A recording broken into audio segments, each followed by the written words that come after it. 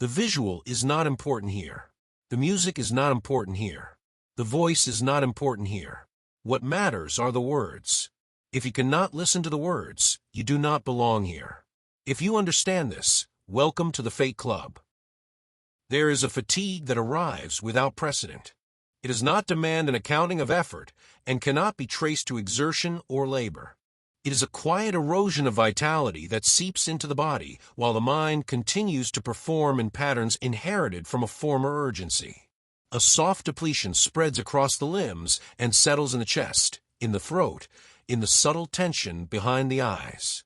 It is an exhaustion that speaks of thresholds crossed without acknowledgement, of pressures endured even in the absence of their conscious recognition.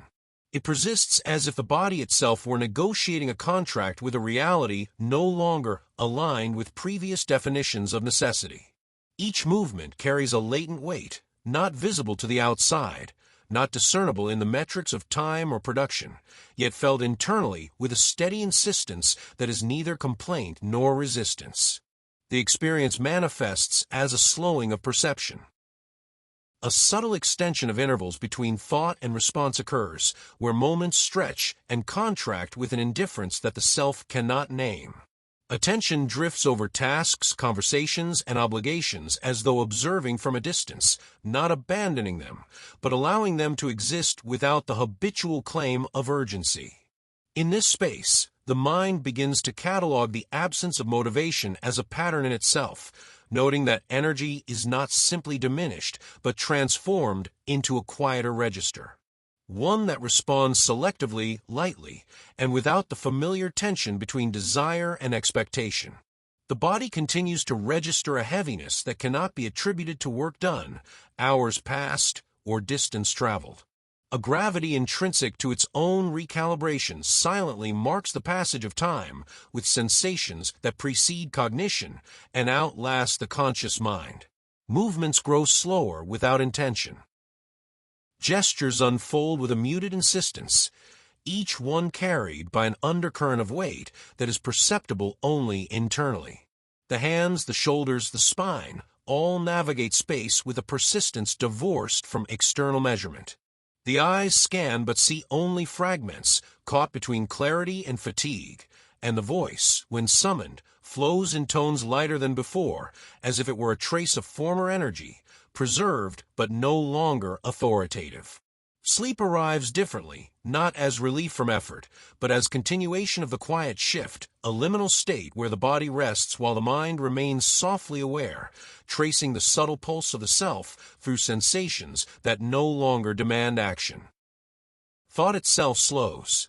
Associations form and dissolve with a languid rhythm. Memory surfaces without urgency, and even anticipation loses its sharp edges. The calendar, the clock, the deadlines retain their shapes, yet they no longer exert the gravity they once held. Moments of irritation or impatience emerge and fade, recognized only as echoes of older patterns. Awareness inhabits a broader space.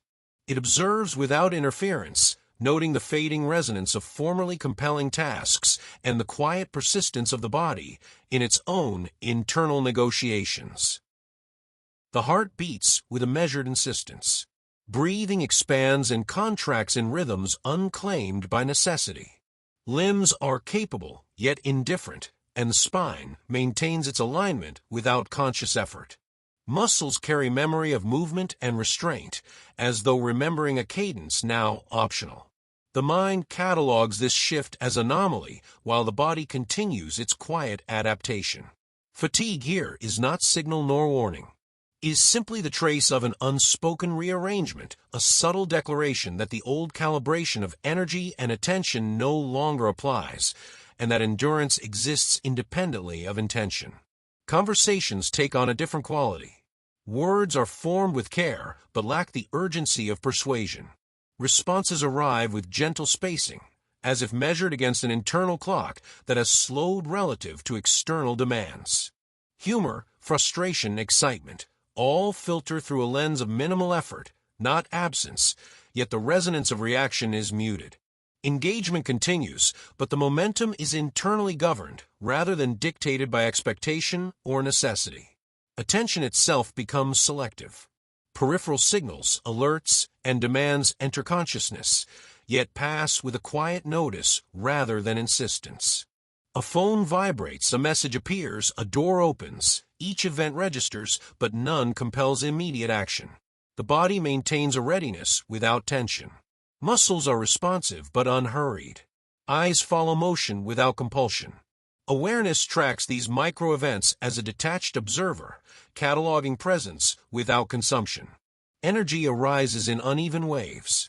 There are periods of clarity, interspersed with stretches of inertia, yet neither is valued above the other. Both are observed, neither is resisted. Motivation is neither present nor absent. It simply exists as a variable within a larger rhythm that the self cannot fully grasp. The body aligns itself to this rhythm unconsciously, accommodating shifts in attention, posture, and thought, and the mind registers this as a state of continuous, yet unobtrusive transition. The passage of hours is registered differently. Sunlight, shadow, temperature, the weight of objects in hand, all enter perception without the framing of urgency. There is awareness of time, yet it is experienced as fluid, less like a sequence to act upon, and more like a medium in which the body and mind float. Patterns of fatigue are noted, not corrected. The rhythm of internal processes unfolds, quietly asserting presence without narrative or justification. Memory of previous effort becomes curious but irrelevant. Achievements retain their shapes, yet the emotional charge associated with them dissipates. Past accomplishments and failures register as data, devoid of the drive they once supplied.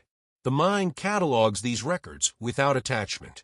The body rests in a neutral gravity, responsive to need but untethered from obligation. There is no lament, no celebration, simply observation of continuity within transformation. Sleep, when it arrives, carries the residue of this fatigue. Dreams are rare, not necessarily vivid, and the transitions between waking and resting are softened. Upon awakening, the body continues to carry the subtle weight, the mind the quiet register, and the world remains the same, unchanged, yet encountered with a slower, more observant rhythm. Fatigue without effort persists, shaping perception, attention, and action in ways that cannot be directly named or controlled. This is not an affliction, nor is it a signal to change. It is a trace, a record, a subtle calibration of living systems adjusting to conditions beyond immediate awareness, marking the passage of experience in layers too fine for measurement.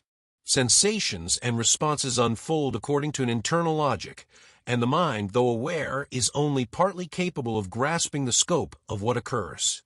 Movement, thought, and perception continue, yet in a measured, observant state that exists without the narratives that once gave them urgency. If you understand this, welcome to the club.